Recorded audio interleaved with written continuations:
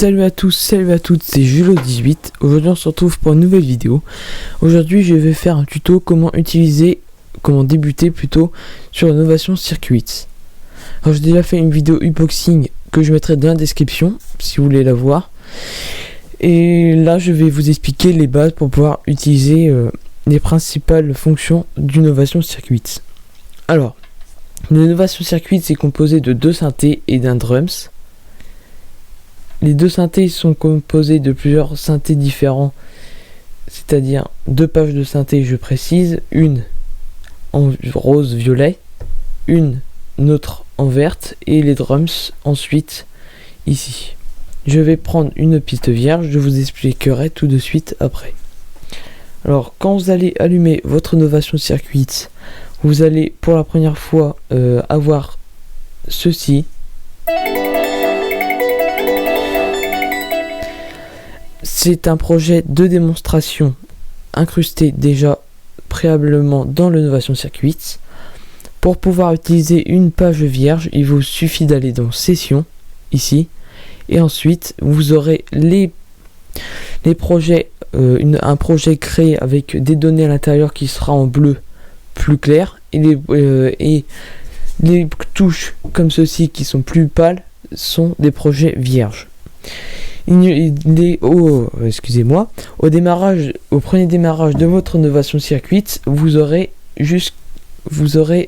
tout ça de projets démonstration. Ici, ce sont mes projets. Nous allons prendre un projet vierge, vous prenez n'importe lequel tant que c'est pâle, vous rappuyez sur Session, ça ne changera rien, vous devez appuyer sur un synthé et ça vous met dans le projet vierge, c'est-à-dire que quand vous allez appuyer Play, ça sera vide. Je ne vous explique pas cette touche, vous savez très bien que c'est pour mettre en route votre enregistrement comme ceci. Ensuite, ici, on va commencer comme ceci. Ici, c'est un bouton pour pouvoir record quand vous êtes en play, comme ceci. Si vous appuyez sur une touche, ça va créer une note qui sera en boucle.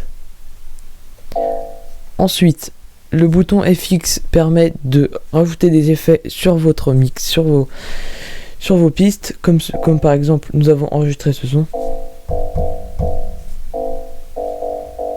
Voilà, par exemple, là, nous pourrons rajouter un effet grâce aux macros qu'on peut dire qui sont situés ici. Ce sont des boutons rotatifs qui n'ont pas de limite, mais la limite est grâce à la couleur. Si la couleur reste figée, c'est-à-dire que vous êtes au maximum. Si la touche en dessous est éteinte, c'est-à-dire que vous êtes au minimum. Pour pouvoir modifier votre piste, il faut choisir le nombre de votre piste. Pour nous, c'est le synthé 1, c'est-à-dire que nous allons choisir le macro numéro 1. Nous avons plusieurs effets à l'intérieur. Nous avons comme des effets de repeat. Nous avons aussi, ensuite, après les effets, nous avons le mixeur, c'est-à-dire de mute ou de play pause les pistes que nous avons enregistrées. Par exemple, nous avons enregistré le synthé. Si nous appuyons, la touche devient plus pâle et la piste sera en mute.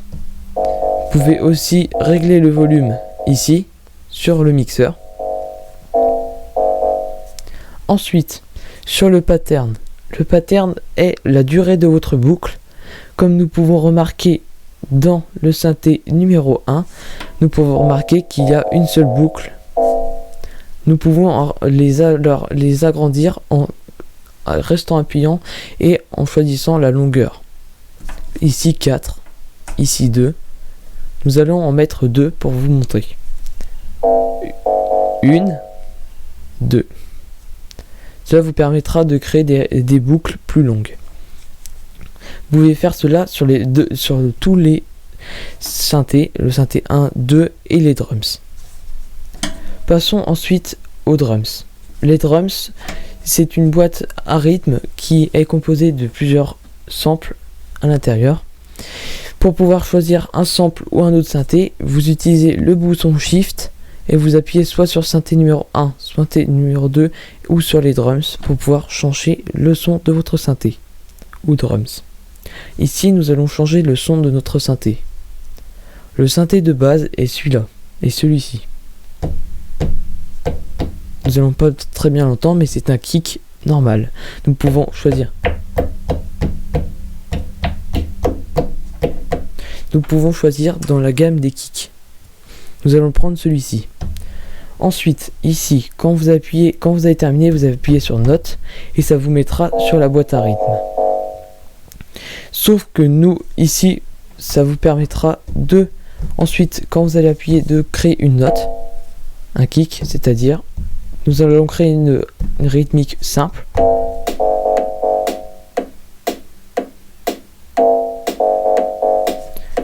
Comme par exemple, si vous voulez modifier, vous avez juste à appuyer et ça supprimera vos notes.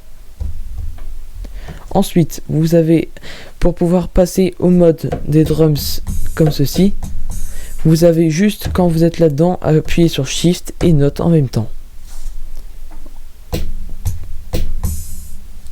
Très simplement. Grâce à cette fonction, vous pourrez enregistrer votre représentation de kick directement.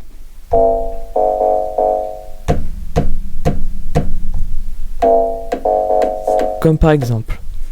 Ensuite, il existe l'autre partie et la partie la plus difficile. Nous avons, comme je vous ai montré, la partie note. C'est soit pour passer dans les synthés, voir notre ligne d'enregistrement en dessous, ou soit si vous appuyez sur Shift et Note, voir seulement le synthé. Vous avez ensuite la Velocity. Velocity, ça c'est pour parce que les touches sont équipées de Velocity, je sais pas, de vélocité, excusez-moi. Si vous appuyez moins fort, ça sera moins fort, et si vous appuyez plus fort, ça variera selon la pression de votre doigt. Si vous pouvez modifier la pression, voilà par exemple, et ça rendra différemment. Ça c'est des réglages plus performants. Ensuite vous avez Gate, ça c'est pour pouvoir régler ensuite, supprimer les, par exemple on peut tout modifier ici. Je ne vous conseille pas de trop toucher, c'est pas pratique. Nudge, ça vous permet de déplacer vos notes comme ceci. Lange, ça permet de réduire votre boucle comme vous le souhaitez. Ensuite nous allons passer sur les boutons du haut. Ces boutons permettent par exemple pour les synthés d'augmenter d'octave. Dans la page des synthés, de changer de page. Dans la page aussi des drums, c'est pareil. Ensuite, nous avons le tempo. C'est pour accélérer le tempo si nous le souhaitons. Voilà. Ensuite, nous avons du swing. C'est pareil que le tempo, c'est juste pour améliorer le swing. Voilà. Ensuite, nous avons aussi le bouton clear qui vous permettra de supprimer les notes, comme par exemple comme ceci, ou de supprimer une session qui ne vous plaît pas, par exemple comme ceci. Ensuite, nous avons le bouton duplicate. Par exemple, nous allons enregistrer.